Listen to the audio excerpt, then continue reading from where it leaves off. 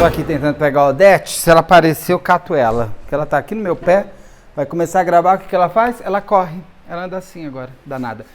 Mas sejam todos muito bem-vindos, por favor não deixe de se inscrever, curtir, compartilhar, ligar sininho, marque nas suas mídias sociais, se puder seja membro, se não puder tá tudo certo, estando aqui comigo até o fim desse vídeo, você já ajuda muito. Tô tentando achar a Odete aqui, porque horas ela tá no meu pé, horas ela não tá, você vai ver lá no making off no final, umas tentativas com a Odete.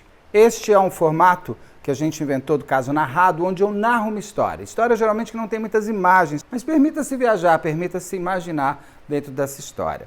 E eu estou até assim, meio de carnaval, porque esse crime do restaurante chinês acontece no carnaval de 1938, numa pacata cidade chamada São Paulo. O que viria a ser hoje essa estranha cidade de pedra, um dia já foi uma cidade sem muita coisa acontecendo, principalmente ali no crime, na área criminal, estou falando, né? Na área criminal, em 1938, a cidade em festa de carnaval amanhece a sua quarta-feira de cinzas, naquele dia que está todo mundo mais moroso, triste que o carnaval acabou, a cidade tem a estranha notícia.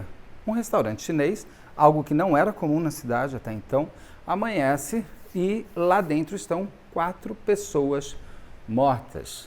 Que massacre foi esse? São Paulo amanheceu com uma estranha atmosfera de fim de festa. As ruas da região central da cidade ainda estavam esvaziadas.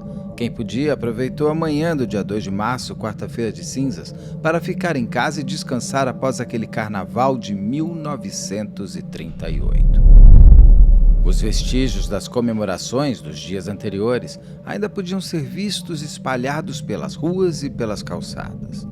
Os garis se esforçavam para recolher os restos da folia. Confetes, serpentinas, garrafas de cervejas e frascos de lança-perfume. Bondes circulavam quase vazios, contribuindo para ampliar o ar tristonho e modorrento daquela manhã nublada. Um jornaleiro na Praça da Sé expunha os jornais do dia, onde as manchetes tratavam dos desfiles de blocos carnavalescos nos dias anteriores e também traziam estranhas notícias vindas da Alemanha. Hitler ainda era um nome que estava para ser conhecido. O jornaleiro não fazia ideia que aquelas manchetes iriam perder toda a relevância em poucas horas. A cerca de 400 metros daquela banca de jornal, um acontecimento sem precedentes ocorrido naquela madrugada iria tomar as redações de todos os jornais e se tornar o assunto principal da cidade por um longo período. Eu sou Beto Ribeiro e este é o Crime S.A. Especial Caso Narrado. Como de costume, o lituano Pedro Aducas chegou cedo ao seu local de trabalho, um restaurante chinês localizado na rua Venceslau Braz, no centro da capital paulistana.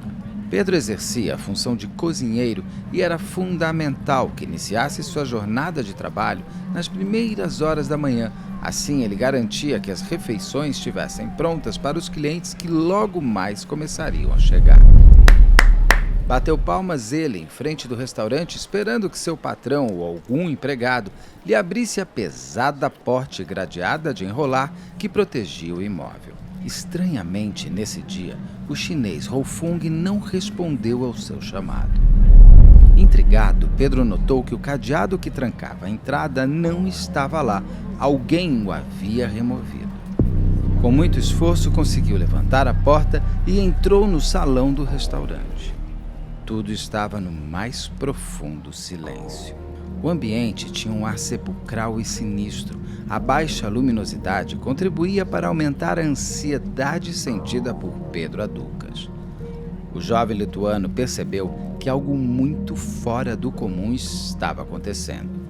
E ele não estava errado. Não demorou para Pedro entender o porquê de não ter sido recebido pelo patrão. Tomado de terror e espanto, o cozinheiro se deparou com um corpo de bruços estirado ao chão. O crânio da vítima estava esfacelado. Muito próximo, em posição semelhante, outra vítima jazia entre mesas e cadeiras. As poças de sangue tornavam a cena ainda mais assustadora.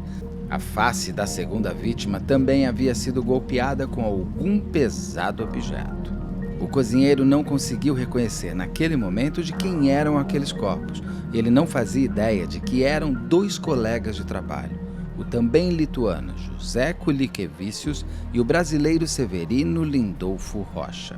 Tomado de pânico, Pedro instintivamente se dirigiu para a casa do patrão, que ficava no fundo do restaurante, numa espécie de edícula. Mas já no corredor que fazia ligação com a moradia do patrão, o rapaz se deparou com mais um macabro achado. Mais um corpo, agora de um homem chinês, também estava caído ao chão. Apresentava ferimentos semelhantes aos dos 2 corpos que jaziam no salão principal. Um rio de sangue havia fluído do corpo algumas horas antes. Embora o rosto estivesse bastante desfigurado devido à violência dos golpes, Pedro sabia que aquele corpo era do seu patrão Hong Fung. Continuando a série de horrendos achados, Pedro Aduca subiu as escadas que davam acesso à residência do patrão. Num dos quartos, estendido ao chão, estava o corpo de sua antiga patroa, a chinesa Maria Kiao, esposa de Hong Fung. O encontro dos 4 corpos produziu tremenda agonia no lituano. A imagem dos 4 desfigurados, as manchas e poças de sangue somados ao cheiro enjoativo que impregnava o ar do restaurante, fizeram com que o rapaz saísse correndo pelas ruas do centro de São Paulo até a central de polícia, que ficava a poucas quadras dali, no pátio do colégio. O delegado ouviu com espanto a narração de Pedro Aducas. Um crime daquela magnitude não combinava com a ainda pacata São Paulo do final dos anos 1930. Se a quarta-feira de cinzas encerrava o carnaval, aquela mesma quarta-feira iniciava uma nova e profunda investigação, a do massacre que precisava ser solucionado. Rumores confusos começavam a circular pelos 4 cantos da cidade. Mesmo sem muitas informações, curiosos se acotovelavam em frente ao número 13 da rua Venceslau Braz. Uma linha de policiais teve que ser colocada para garantir que esse público ficasse restrito à parte externa do restaurante.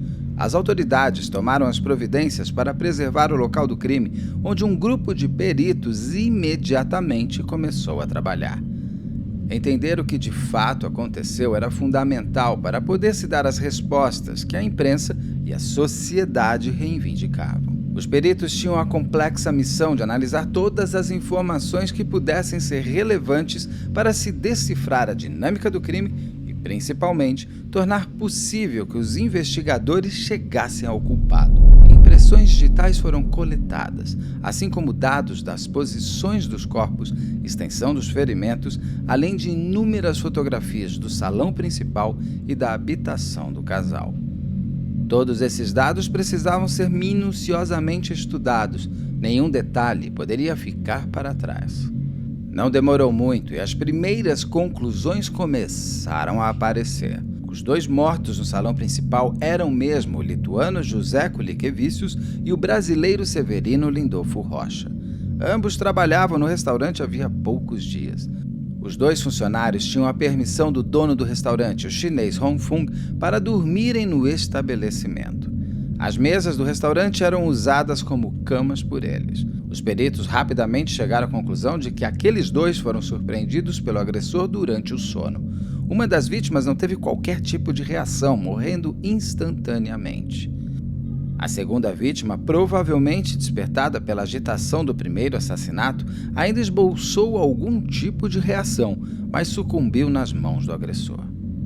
A análise dos ferimentos dos crânios das 2 primeiras vítimas apontavam para o uso de algum objeto cilíndrico e pesado. Rapidamente, a arma do crime foi localizada no salão do restaurante. Era nada mais, nada menos que uma pesada mão de pilão.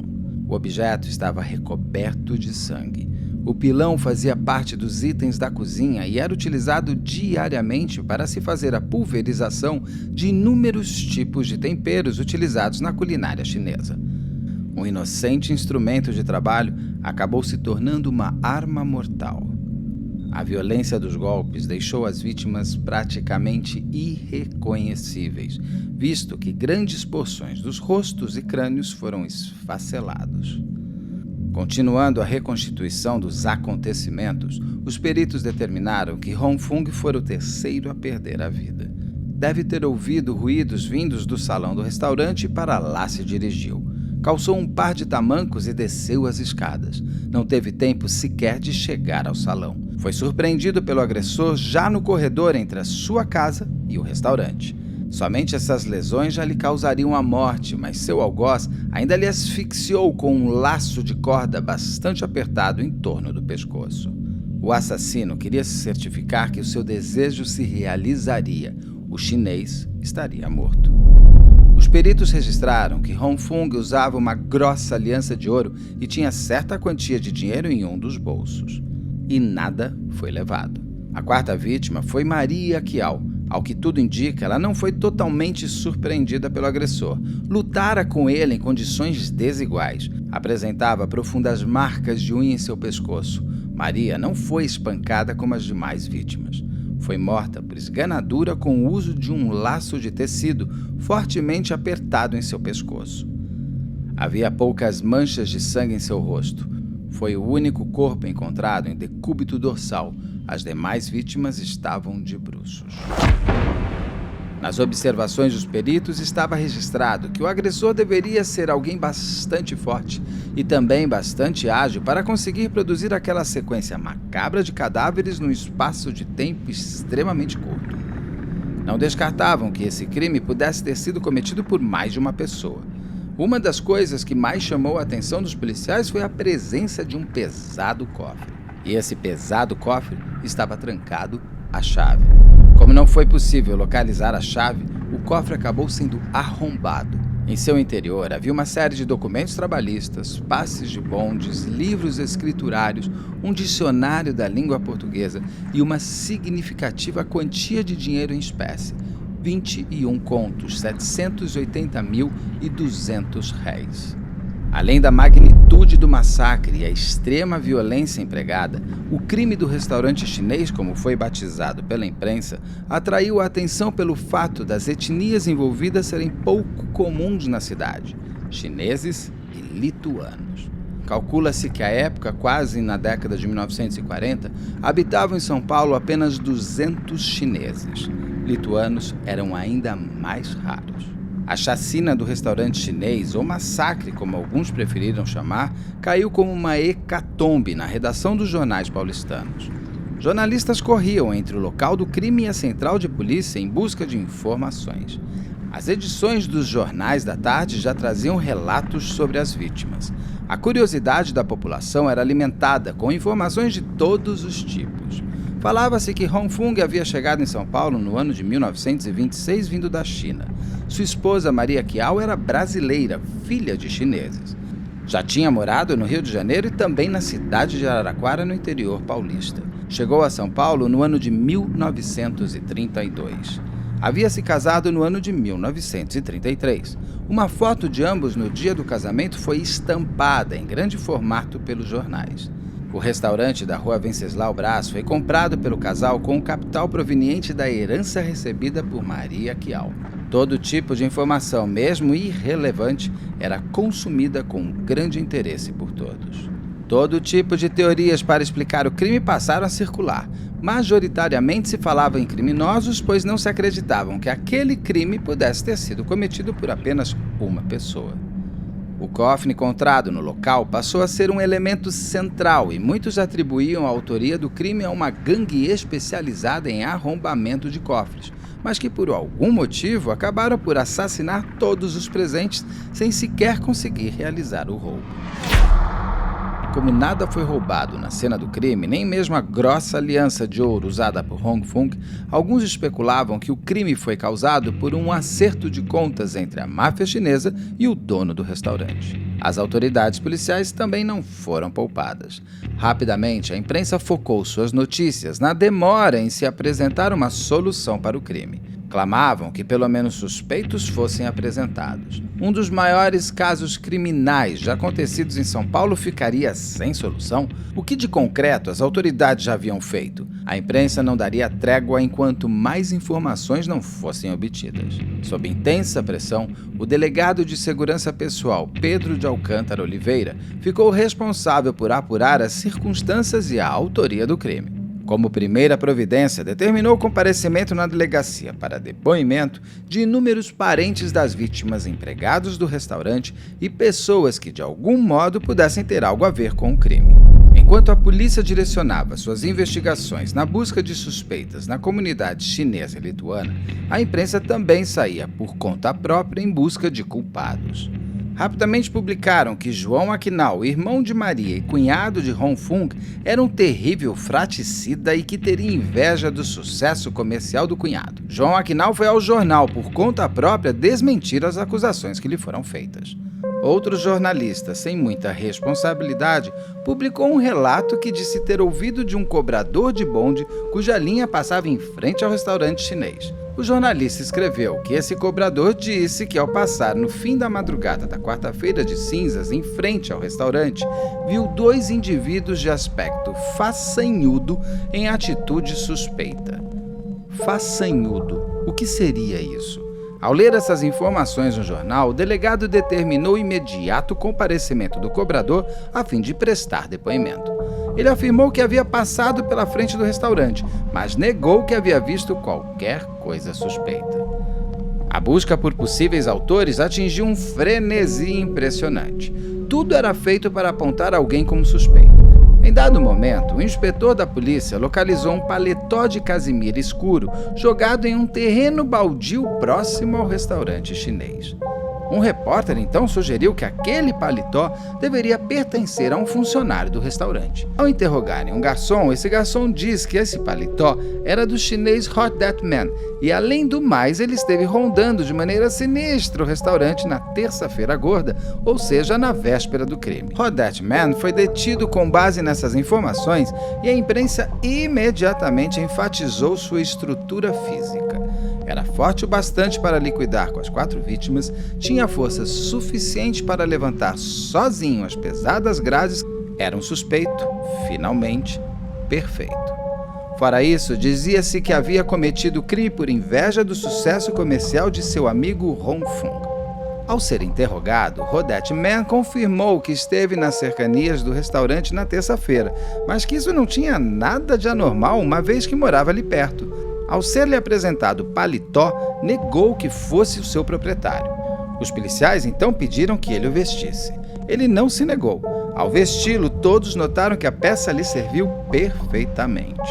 O delegado enfaticamente pergunta se ele continuaria negando que aquele paletó era dele, ao que Hot That Man responde: "Esse paletó é horroroso. Eu nunca usaria uma peça de roupa assim." Para esclarecer essa história, chamam então o alfaiate de Hot That Man, que garante que jamais havia feito aquela peça para seu cliente, ressaltando o mau gosto e principalmente a baixa qualidade do material.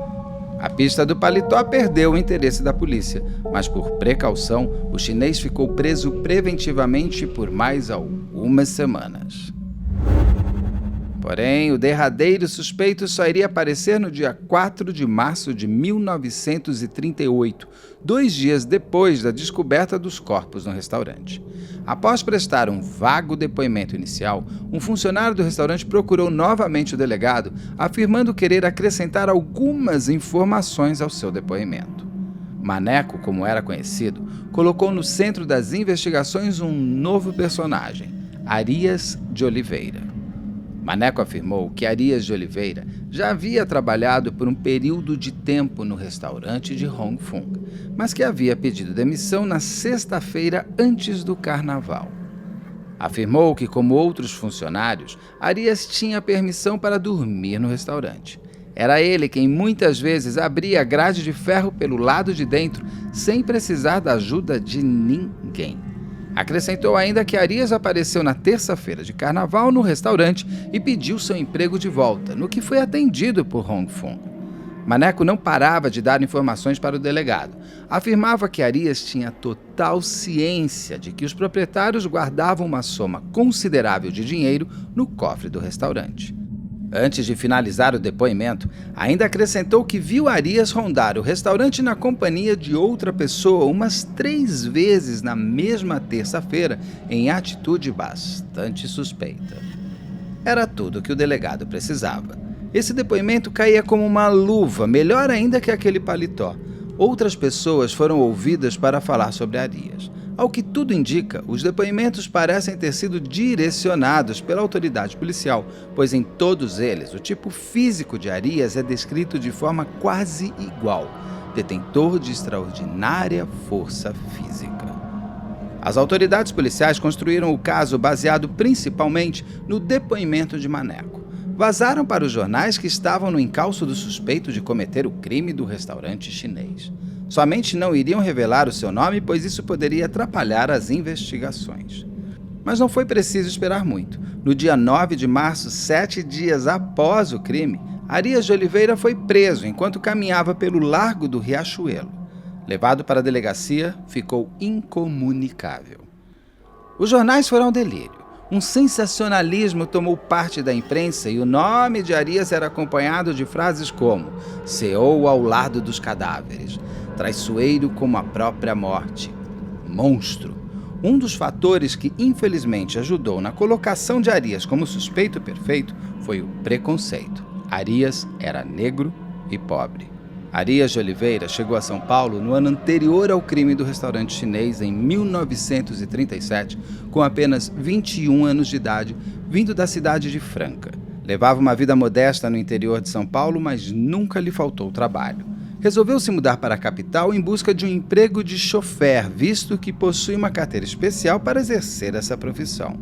Mal sabia ler e mal sabia escrever. Sem conexões na capital, Arias não conseguiu o tão desejado e sonhado emprego de motorista. Acabou tendo de executar serviços modestos na construção civil.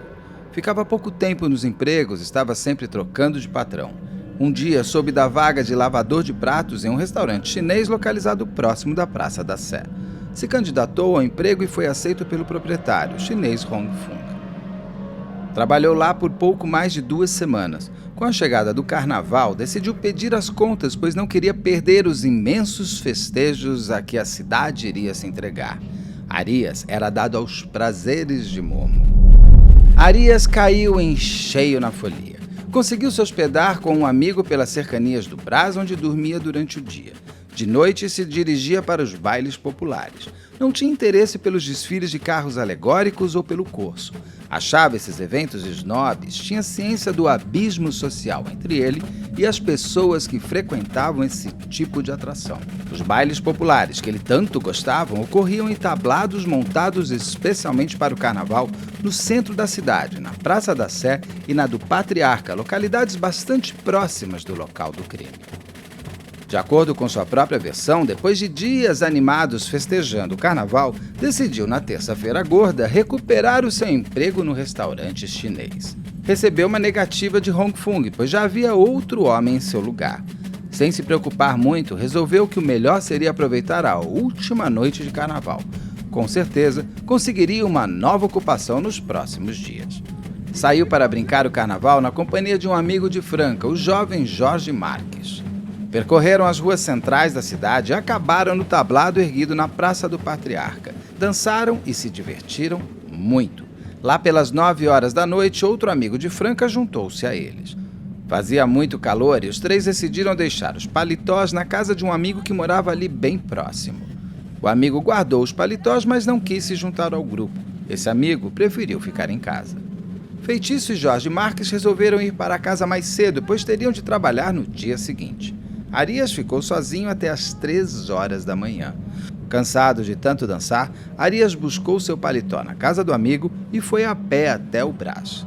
Por volta do meio-dia da quarta-feira de cinzas, ainda de ressaca pelas comemorações dos dias anteriores, Arias foi até a sede do jornal Diário Popular para consultar as ofertas de emprego que o periódico sempre publicava. Lá ficou sabendo do massacre do restaurante chinês, ficou aliviado em saber que se tivesse recuperado seu emprego, ao invés de curtir o carnaval, talvez ele também estivesse entre as vítimas dessa tragédia. Tudo isso que eu contei é a versão de Arias. Na versão policial, tudo é muito diferente. A polícia conta que na terça-feira de carnaval, Arias teria ido procurar Hong Fung no restaurante chinês com o intuito de recuperar seu emprego. Hong Fung acaba concordando porque confiava em Arias, tanto é que lhe deu permissão para dormir no restaurante ao lado dos 2 garçons. Segundo ainda a polícia, durante a noite, movido pela intenção de roubar a significativa quantia que existia no cofre, Arias pegou a mão de pilão e massacrou sequencialmente os 2 empregados e o patrão. Depois entrou no quarto de dormir do patrão e se atracou com Maria Chiao, exigindo que ela lhe entregasse a chave do cofre. Como Maria resistiu, acabou sendo esganada. Na manhã seguinte, foi postar-se na frente do Diário Popular com o intuito de ser visto e produzir álibis, numa tosca demonstração de tranquilidade e inocência. Sem advogado ou parentes na cidade que lhe pudessem ser úteis, Arias se viu sozinho diante das autoridades policiais. Ficou detido, enfrentando seguidos interrogatórios, sempre acompanhados de graves ameaças.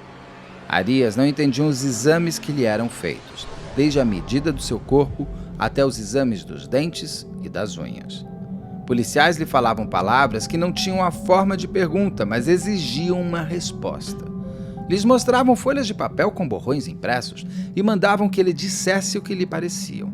Resolveu, então, ficar em silêncio. Os policiais lhe disseram que ele não tinha com que se preocupar, pois aquilo era apenas um teste de inteligência, e ainda sugeriram que ele podia dizer que estava vendo fantasmas. De tanta insistência, acabou falando algumas palavras sobre os borrões e novamente calou-se. Sem saber, Arias estava sendo submetido a rigorosos testes científicos que eram muito valorizados à época de seu julgamento. As palavras que lhe eram jogadas ao acaso eram, na verdade, o teste de Jung-Bleuler, e os borrões eram a peça central do exame de Rorschach. Não cabe aqui nos aprofundarmos muito no resultado desses testes, pois, embora tenham sido apresentados durante o julgamento de Arias, não tiveram papel determinante no resultado do júri. Mas podemos dizer que ambos os testes foram negativos para a defesa de Arias. Os testes apontavam que ele poderia sim ser o responsável pelo crime do restaurante chinês. Outro ponto que ficou mal explicado foi a coleta de marcas das unhas de Arias. Os peritos determinaram que Maria Chiao possuía profundas marcas de unhas na região do pescoço, deixadas no momento em que ela foi esganada. Arias era um contumaz roedor de unhas, a tal ponto de ter destruído o próprio leito da unha em seu terço superior em muitos dos dedos. Mesmo assim, legistas atestaram que as marcas deixadas por Arias numa placa de cera eram compatíveis com as fundas marcas encontradas no pescoço de Maria Chiao. Como esta prova não foi muito explorada nem pela defesa nem pela acusação e tampouco foi fundamental no desfecho do caso, não se torna necessário maiores explanações sobre o assunto, bastando dizer que existia um nítido viés pela acusação de Arias. A peça central do processo, movido contra Arias, foi o seu depoimento para o delegado. Confuso, sem a presença de um advogado, Arias sempre manteve a versão de que era inocente. Afirmava que nada tinha a ver com os assassinatos e desconhecia o motivo de ter sido arrastado para o meio daquela investigação. Ao que tudo indica, sofreu intensa pressão psicológica para assumir a autoria do crime. Essa situação foi muito explorada em sua defesa. Seu advogado batalhou para que a confissão obtida nessas circunstâncias não tivesse valor legal. Porém, no dia 19 de março, em um relatório assinado pelo delegado e peritos, Arias declarou que estava pronto para fazer uma confissão. Essa, na realidade, seria apenas a sua primeira confissão. O cansaço e a pressão psicológica parecem ter vencido Arias. Na primeira versão de Arias, ele não se coloca como principal executor dos assassinatos. Atribui esse papel ao colega de trabalho Maneco. Sim, o Maneco, que ao prestar seu segundo depoimento ao delegado, fez de tudo para que as atenções e suspeitas caíssem de forma violenta sobre Arias. Segundo a versão de Arias, ele teria apenas aberto o pesado portão de ferro do restaurante. Maneco teria assassinado as 4 pessoas que estavam no interior do estabelecimento. Perplexo pela violência que presenciou, Arias não conseguiu tomar nenhuma atitude para impedir Maneco de executar o crime. As autoridades policiais já estavam convencidas de que Arias era o único culpado pelo crime do restaurante chinês, e essa versão onde Maneco seria o criminoso não lhes interessou. Quando chamaram Maneco para um novo testemunho, o amigo de Arias lhes apresentou um álibi para a madrugada do crime que foi tido como fidedigno e consistente. Foi o suficiente para Maneco sair da delegacia sem nenhuma suspeita sobre ele. Arias continuaria sendo o principal suspeito. No dia 22 de março, Arias desabou psicologicamente. Exausto, incomunicável, sem dormir e sendo constantemente submetido a interrogatórios, Arias prestou o que seria sua segunda e derradeira confissão. E essa segunda confissão traz uma história bastante nova. Arias teria ido até o restaurante chinês e acertado seu retorno ao trabalho com Hong Fung. O proprietário tinha permitido que ele dormisse no restaurante. Durante a madrugada, Arias teria tido a ideia de roubar os valores existentes no cofre. Ele havia inclusive pensado em convidar os dois empregados, o lituano e o brasileiro, para participarem, mas teve receio de que eles não concordassem e ainda lhe denunciassem. Teve então a ideia de os matar enquanto dormiam. Para isso, se valeu da pesada mão de pilão que ficava na cozinha. Após as duas primeiras mortes, se dirigiu para a habitação dos patrões e, ao encontrar Hong Fung no corredor, partiu para cima dele e, com extrema violência, lhe tirou a vida. Ao chegar ao quarto do casal, não tendo conseguido que Maria Kiao lhe entregasse a chave do cofre, houve uma rápida luta corporal entre os dois, mas o porte físico robusto de Arias não deixou chances para a pequena Maria Kiao, e Arias acabou por liquidar com ela, esganando-a até a morte. Assustado, Arias teria saído do restaurante ainda de madrugada e, nas primeiras horas da manhã, se colocou em frente ao Diário Popular em uma nítida atitude de produzir testemunhas sobre seu paradeiro. Quanto dessa confissão saiu da boca de Arias, quanto lhe foi induzido, é muito difícil de saber. O que não se questiona é que a maior contribuição para essa declaração foi a ameaça do uso da violência. Vale lembrar que Arias ainda não possuía um advogado e estava há dias incomunicável no cárcere. Seria com esse depoimento que Arias iria enfrentar o tribunal do júri. Tudo estava contra ele, seria um réu confesso com testes psicológicos que lhe eram extremamente desfavoráveis e ainda haviam provas técnicas, como a que, segundo os legistas, atestavam que as marcas de unhas no pescoço de Maria Kiao eram compatíveis com os padrões impressos pelas mãos de Arias. Com a enorme repercussão do caso, um advogado, Dr. Paulo Lauro, se interessou pelo caso. Vislumbrou a possibilidade de ter um salto em sua carreira se conseguisse minorar a pena de Arias ou até mesmo absolvê-lo. Mas seria injusto ignorar que o advogado teve uma grande empatia por Arias. Dr. Paulo Lauro também era negro e também tinha origem humilde, sabia como o sistema funcionava para pessoas nessas condições. Dr. Paulo Lauro era um exemplo de pessoa que conseguiu vencer na vida. Com muito esforço, conseguiu cursar e se formar na Faculdade de Direito do Largo São Francisco e já tinha uma respeitada atuação criminalística e política. Arias teve sorte em ser defendido por ele. Tão logo começaram os depoimentos em juízo, Dr. Paulo Lauro tentou revogar a prisão preventiva de Arias, alegando não haverem indícios veementes de ele ser o autor do crime. O pedido foi sumariamente negado.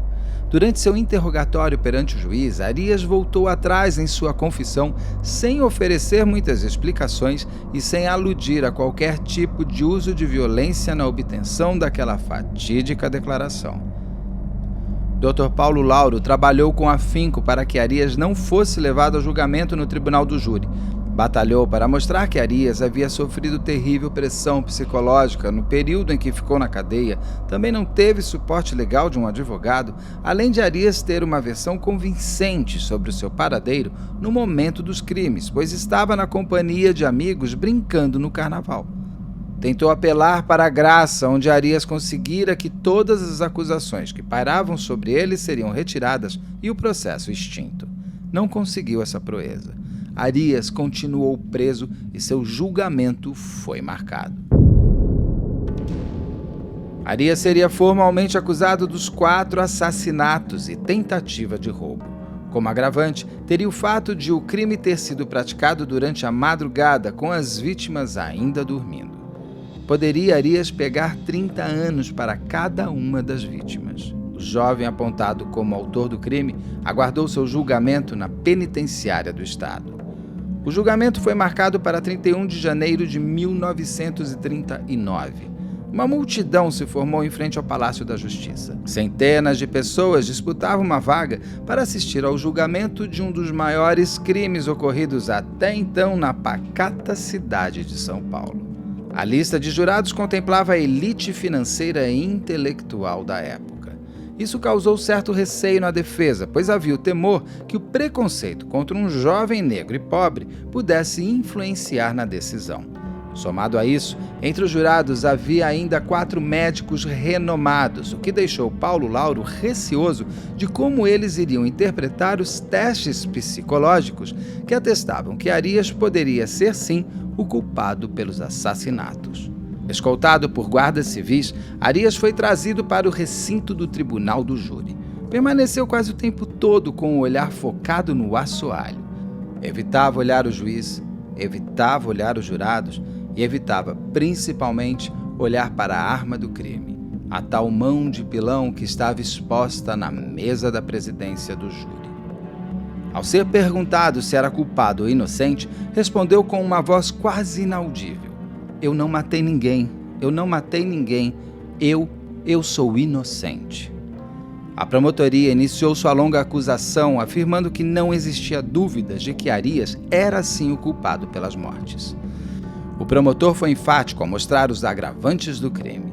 Exaltou o trabalho de investigação da polícia, os testes psicológicos que foram realizados em Arias e, acima de tudo, apontou que ali existia um réu confesso.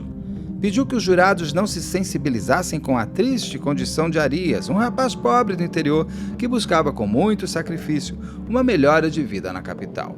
Deveria ser tratado como um monstro, um assassino frio e cruel que, para roubar, não hesitou em matar 4 inocentes. O promotor fez questão de dizer que toda a confissão tinha sido feita por livre e espontânea vontade de Arias, sem o uso de qualquer forma de violência ou indução. Quando a defesa assumiu os trabalhos, Dr. Paulo Lauro elogiou o promotor, dizendo que somente por ele ser tão brilhante, conseguiu fazer uma acusação tão longa, pois, na verdade, não existiam qualquer prova que pudesse incriminar Arias de maneira cabal. O advogado de defesa criticou duramente o trabalho da polícia, a quem acusou de escolher um culpado segundo seus caprichos, além de ter descartado outros suspeitos sem nenhuma explicação convincente. Mostrou indignação pela polícia não ter aprofundado as investigações sobre as inimizades que todos sabiam existir na comunidade chinesa de São Paulo. Defendeu a tese que seria impossível que mesmo um homem forte como Arias poderia cometer 4 assassinatos sozinho. Mas o ponto forte da defesa foi a forma como foi obtida a confissão de Arias. Embora não houvesse sofrido violência física, Arias foi submetido a outros tipos de tortura que o conduziram a assumir um crime que não havia cometido. Dr. Paulo Lauro terminou a defesa pedindo que os jurados analisassem todos os pontos de dúvidas que a promotoria não conseguiu provar e votassem a favor do réu. Arias ouviu tanto a acusação como a sua defesa da mesma forma, cabisbaixo e com o olhar perdido em algum ponto do chão. Após a réplica e tréplica, o corpo de jurados se recolheu para a sala secreta e começou a deliberar. Já era manhã do dia 1º de fevereiro de 1939, quando os jurados voltaram com o veredito. Os jurados consideraram Arias inocente pela maioria dos votos. Foram 4 contra 3. De acordo com a legislação da época, existia a possibilidade de nulidade do julgamento. A promotoria alegou, entre outras coisas, que houve completa divergência do resultado com as provas existentes. Esse pedido foi aceito e Arias continuou preso enquanto se decidia se um novo julgamento seria realizado ou o desfecho seria dado pelo Tribunal de Justiça. Essa decisão foi extremamente demorada. Uma batalha jurídica ocorreu entre a defesa e a acusação. Acabou vencendo a tese de que seria necessário um segundo julgamento. Esse segundo julgamento foi marcado para o dia 9 de setembro de 1940, 19 meses depois do primeiro julgamento. Durante todo esse período, Arias continuou em regime fechado na penitenciária da Avenida Tiradentes. O clima no segundo julgamento de Arias era completamente diferente. As atenções haviam se voltado para a Segunda Guerra Mundial, no momento em que tudo indicava que a Alemanha sairia vencedora. No Brasil, Getúlio Vargas, o então presidente, se firmava cada vez mais no poder. A notícia do segundo julgamento voltou para os jornais, mas sem o sensacionalismo obtido na ocasião do crime e principalmente do primeiro julgamento. A imprensa se dividiu, com alguns jornais mantendo a posição de que Arias era um monstro sanguinário e outros apontando que existiam muitas dúvidas em relação à responsabilidade de Arias, uma vez que não existiam provas robustas contra ele. Como já havia passado muito tempo desde o crime do Carnaval de 1938, parte da sociedade esqueceu o horror sofrido pelas vítimas e passou a adotar uma postura de piedade com o jovem humilde trancafiado na penitenciária. As chances de Arias obter um resultado favorável nesse segundo julgamento pareciam ser bem maiores que as que ele teve no primeiro julgamento. O segundo julgamento foi basicamente uma repetição do primeiro. A promotoria insistia na espontaneidade da confissão de Arias. Alegava que se ele tivesse sofrido qualquer tipo de violência ou coação, ele poderia ter dito isso na presença do juiz. Ah, sim, claro. E como ele nunca havia tomado essa atitude, mostrava que a confissão era válida. Mais uma vez, a defesa bateu firme na forma como a confissão foi obtida. Tudo debaixo de evidente coação física, com Arias isolado na prisão e com coação moral, além das perguntas insidiosas feitas até de madrugada por inúmeras pessoas. Aquela confissão era apenas a forma que Arias encontrou de se livrar do terror psicológico e moral a que estava sendo submetido. Depois de intermináveis debates entre acusação e defesa, o juiz deu os trabalhos por encerrados e o corpo de jurados se reuniu na sala secreta para as devidas deliberações. Depois de algumas horas, os jurados chegaram a um veredito. Com exceção dos nomes dos jurados, o resultado foi exatamente igual ao primeiro julgamento. Arias foi considerado inocente por 4 votos a 3. O advogado Dr. Paulo Lauro comemorou a absolvição do réu. Realmente, ele conseguiu um grande feito. Garantiu a liberdade de Arias contra todas as probabilidades. Conseguiu reverter os testes psicológicos que incriminavam o cliente, bem como as provas dos legistas. Ele acertou em focar o julgamento na não validade de termo da confissão. Como não existiam provas materiais robustas contra Arias, ao colocar em dúvida essa confissão, conseguiu a tão desejada absolvição por parte dos jurados. Considerava que sua missão no caso estava cumprida. A promotoria ainda entrou com recurso contra a decisão dos jurados. Arias, dessa forma, ainda teria que aguardar o desfecho final do caso na prisão. Dessa vez, não haveria um novo julgamento. A decisão caberia a 3 desembargadores da 2ª Câmara Criminal do Tribunal de Apelação. O veredito saiu apenas em 27 de agosto de 1942.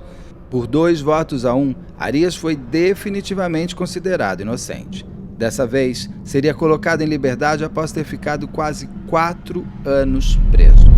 Então surgiu a inevitável questão: que pessoa ou quais pessoas teriam cometido o massacre do restaurante chinês? Uma pergunta que ninguém mais queria responder. Ninguém foi atrás de novos presumíveis culpados. As autoridades policiais estavam convencidas da responsabilidade de Arias e consideravam que o seu trabalho investigativo estava encerrado. Se o júri entendeu o contrário, paciência. Esta página estava virada e novos crimes estavam à espera de elucidação. Para que se importar com o passado que de tanto trabalho investigativo deu em nada, se hoje eu tenho um futuro inteiro na minha frente, pensou o delegado. Alguns jornais começaram a publicar possibilidades e teorias quase sempre sem nenhum embasamento na realidade. Histórias sobre pessoas que foram vistas nos arredores do restaurante naquela trágica madrugada apareciam vez ou outra em alguma página do caderno policial. Outros defendiam a investigação da máfia chinesa. O certo e sabido é que nenhuma outra linha de investigação foi aberta e as 4 vítimas do crime do restaurante chinês ficaram sem justiça. Passaram a ser somente uma lembrança daquele já distante carnaval de 1938. Quanto a Arias, pouco se sabe. Alguns dizem que voltou para Franca e levou uma vida reclusa e modesta. Existe até mesmo a informação de que finalmente conseguiu seu tão sonhado emprego de chofer na capital paulistana. Arias faleceu aos 67 anos de idade em 5 de abril de 1979. O crime do restaurante chinês continua até hoje sendo um grande mistério e recorrentemente usado em estudos jurídicos.